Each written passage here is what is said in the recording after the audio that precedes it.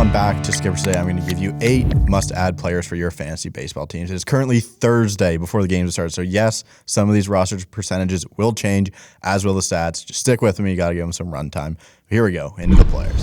First, Taylor Ward. Obviously, he's been the hottest hitter in baseball this week. He's 44% rostered, hitting .395, 4 homers, 9 RBIs, with 13 runs and 1 stolen base. Joe Madden knew something we didn't know about Taylor Ward. We'd been talking about the composition of the outfield for all this time and kind of left out talking about him.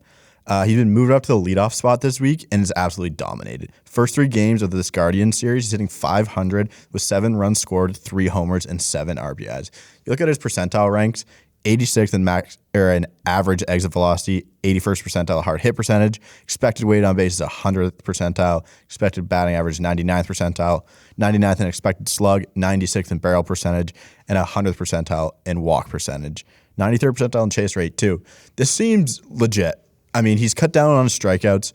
It's been driving his success, I think, at this point, and as well this power output with these dead baseballs it's been really impressive to me. So.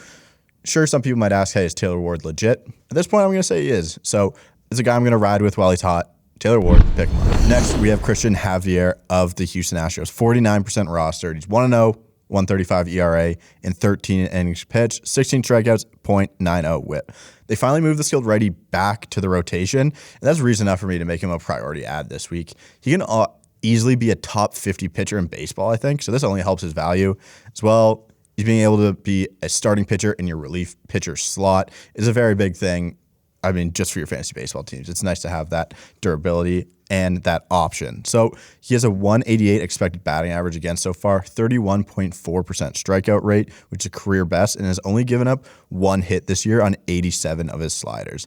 He has a 91st percentile spin rate on his four-seam fastball that will play up higher than his 93.5 mile an hour average on that pitch. He has tons of called strikes on his slider, 26.4% called strike rate, one of the highest I'd seen when researching some of these players, and only a .091 average against it.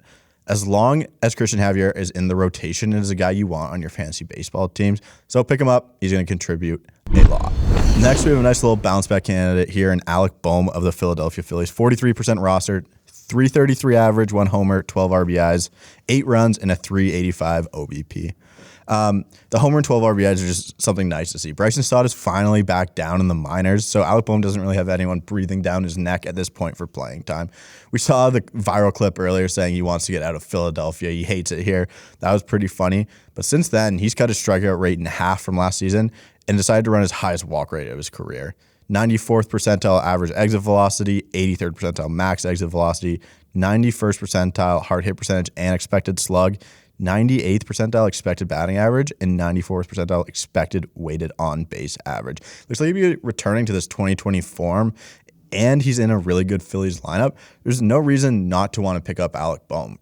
You want pieces of good lineups all the time, anywhere you can get, and he's a talented hitter. We saw what he did in that shortened season, so pick up Alec Bohm.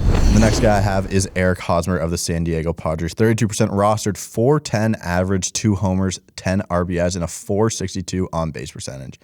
This Hosmer power surge kind of came out of nowhere and feels very Joey Votto-esque of last season. He's running his highest full season launch angle at 7 degrees, which is not very high at all. Also has a higher hard hit percentage than his career average, and is running a career low strikeout rate. Some of these percentiles aren't great, but a 95th percentile max exit velo, 95th percentile expected batting average, 81st percentile expected weighted on base, and a 72nd hard hit percentage.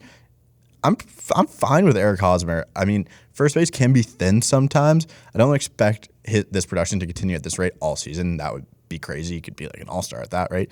But in a hot Padres lineup, again, Hosmer could be a really nice piece for your fantasy baseball teams. Pick him up while some of your other guys are struggling. All right, some of our deeper ads here. Aaron ASHBY, Milwaukee Brewers, 18% rostered. Right now, 0-2, 2.65 ERA, 19 strikeouts, 17 innings pitched, 1.53 whip. The underlying metrics aren't great with ASHBY here, but I really believe in his stuff. So his sinker averages the 9th hardest velocity in baseball and returns the 5th best ground ball percentage, which is a recipe for success, keeping the ball on the ground. His slider has an out-of-zone swing percentage, 7 points higher than league average, but the hitters are hitting .350 off it. You're just like, okay, that's not great, but there's only a .256 expected average against. So he's just kind of getting unlucky at this point. He's allowed 3 runs or less in 2 of his 3 starts. His last start against the Pirates, he threw 5 2/3, 1 hit, 1 earned run, 5 walks, 6 strikeouts. The command has struggled a little bit, but the strikeout upside is definitely there. He's a young player who spent some time between the pen and the rotation. Seems like he's sticking the rotation for a little bit, so we ride with Aaron Ashby as long as he is in that rotation. Next, another guy from the AL East, Anthony Santander, Baltimore Orioles, 17% rostered, hitting .241, 3 homers, 7 RBIs, and a .421 on-base percentage. Off to an impressive start, obviously, here. But he only has 14 walks and 16 strikeouts, 2 homers over his last 2 games. He's a high priority waiver target as he continues to hit the ball and get on base for me. He's taken a much better approach. He's already halfway to a career high in walks. His career high is 24, and his 18.4% walk rate is 13 points higher than at any other point in his career. He's got an 85th percentile expected weighted on base average and 86th percentile max exit velo. Santander's a good player. We saw it a couple years ago, kind of fell off last year, but just expect this to keep going for him. I think he's a solid player again in some thin positions in the outfield if you have injuries or people not performing. Anthony Santander, pick him up. One of my final 2 deep ads here. I have Josh Naylor of the Cleveland Guardians, 9% rostered, hitting .344 with a homer, 5 RBIs, and a .364 on base.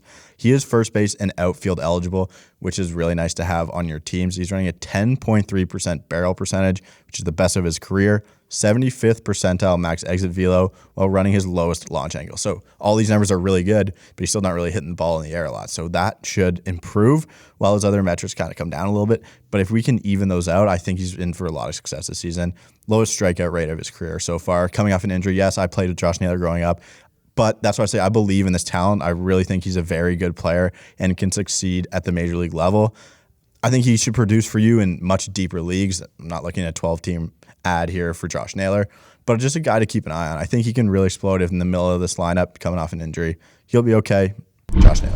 And finally, Glenn Otto of the Texas Rangers at 5% rostered. 1-0, 2.89 ERA, 9.1 innings pitched, 10 strikeouts, .96 whip.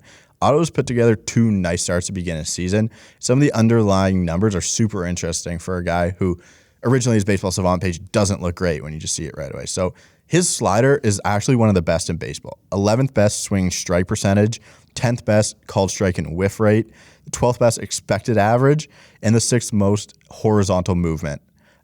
It's just a really, really good pitch that people can't hit very well. So Glenn Otto, if he doesn't throw it a ton. He only throws it 27.3%. Maybe if you can up that usage a little bit. But he also has a pretty decent fastball. It's the 22nd best swing strike rate in baseball on his fastball. But overall, 86th percentile whiff percentage. Glenn Otto, again, put it together. He didn't have a great season last year when he came up as a rookie.